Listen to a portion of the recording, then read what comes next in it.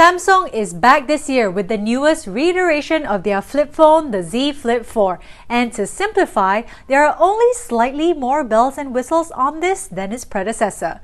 It's not an essential upgrade for everyone, but definitely a welcome one.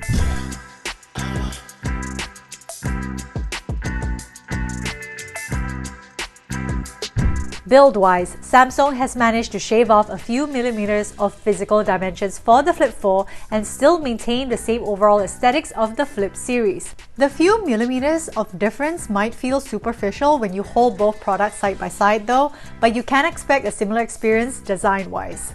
The camera protrudes a little more on the Flip 4 and now sports a matte texture on the outer side as opposed to the glossy finish on the Flip 3, so you won't have any issues with fingerprint stains here. It's also IPX8 water resistant and its armor aluminum frame claims to allow it to withstand tougher drops and scratches. We won't be trying to challenge this claim here, of course, but for those of you who tend to drop your phones a lot, here's a verbal assurance from Samsung. On the other side of the phone, you get a 6.7-inch AMOLED panel with a 21:9 aspect ratio, along with a 1.9-inch Super AMOLED panel on the outer cover. The main display has a variable refresh rate of up to 120 Hz and does quite a good job of quickly switching refresh rates for conserving battery life, while the outer screen retains a constant 60 Hz. The aspect ratio also means that you can effectively fill the whole screen for movies. While the crease goes pretty unnoticeable on brighter contents, when the screen is darker or on contents with a more muted palette, it still sticks out like a sore thumb. Nothing noteworthy with the speakers here. They perform as they should with adequate separation and loudness.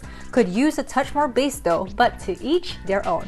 While there are no changes to the outer screen, it now supports a bunch of handy new widgets like being able to speed dial pre-selected contacts and programming quick automation with your smart devices using SmartThings. But the best upgrade of all in our opinion is no doubt the support of GIF. All of these new widgets are made possible with Samsung's own One UI based on Android 12. Not much to note here as well, considering One UI has been pretty much the same with minor refinements. You get slightly more customization options as compared to say stock Android, and the Edge panel is still around, allowing you to quickly pull out two apps on split screen or picture-in-picture. Generally, the UI runs pretty smooth with no stutters and hiccups during our test run with it, and other than Samsung's suite of Galaxy apps, bloatware is pretty much non-existent here.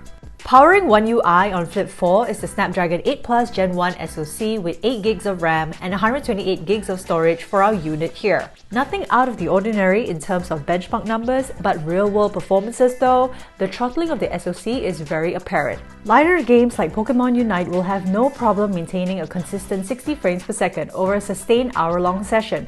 On heavier games like Diablo though, do expect a few dropped frames here and there if you're planning to push out the highest setting possible. Heavy loads also heats up the device pretty quickly, and due to the folding design of the phone, all of the heat is distributed to the camera side, making it quite uncomfortable to hold for longer periods, especially if you have sweaty palms. Another thing to note if you're planning to pick one up for yourself is that the game launcher of One UI automatically loads your games into it, so don't be alarmed if you've installed a game but couldn't find it anywhere. Chances are it's in the game launcher. Next, cameras. The Flip 4 is kitted with a 12MP f1.8 main, a 12MP f2.2 ultra wide, and a 10MP f2.4 front camera. The setup hasn't changed a whole lot from the Flip 3, so don't be expecting groundbreaking innovation here. There's a good level of contrast and saturation to make these photos good to go on your social media accounts. In low light situations, the main and ultra wide will hold their own, but the front camera will be struggling quite a bit on that end. Thankfully, nightography is still a thing in Samsung phones, so make full use of it whenever possible. The cameras also shoot up to 4K at 60 frames per second, no 8K here. The unique part about the camera experience on the Flip is that you can make use of the folding nature to help with your selfies, triggering the shutter on hand detections, camcorder style video taking, and our personal favorite, outer screen preview, making selfies with the main camera possible. A bit of a weird experience with the software here is that when you press preview with the outer screen on the camera app while the phone is open, the camera feed is pushed out to the outer screen but turns itself off when you fold the phone.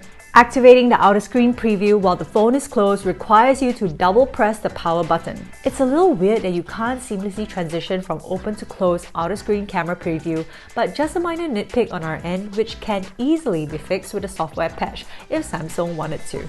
Lastly, with a slightly bigger battery at about 3700 milliamps, battery life is less of an issue on the Flip series now. We did manage to barely get by the day with a mixture of general usage and light gaming, all while having location and Bluetooth on. As per the norm now, the only thing included is a Type-C to C cable which can juice up your phone in about 30 to 40 minutes provided you use a 25-watt adapter.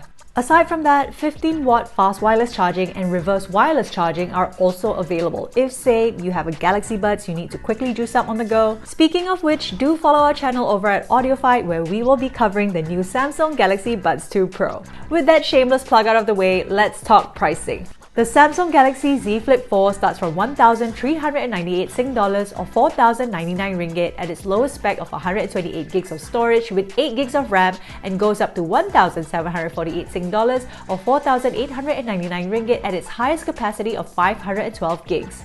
It comes in Bora Purple, Graphite, Pink Gold, and Blue. With that pricing, it is a rather difficult pill to swallow, and if you are already an existing Flip 3 user, you'll probably have to weigh the pricing with the minor improvements. For non-Flip series users, if you are keen on the experience that the Flip series brings, perhaps you'd like to relive the good old days of the Flip style phone, then this Galaxy Z Flip 4 is quite literally the best flip phone out right now. Thanks for watching our review of the Samsung Galaxy Z Flip 4. If you have any questions or comments, do leave them down below. If you'd like to see what we have to say about the Z Fold 4, please subscribe and follow us so you don't miss out on our review when it goes live. Until then, see you in the next one.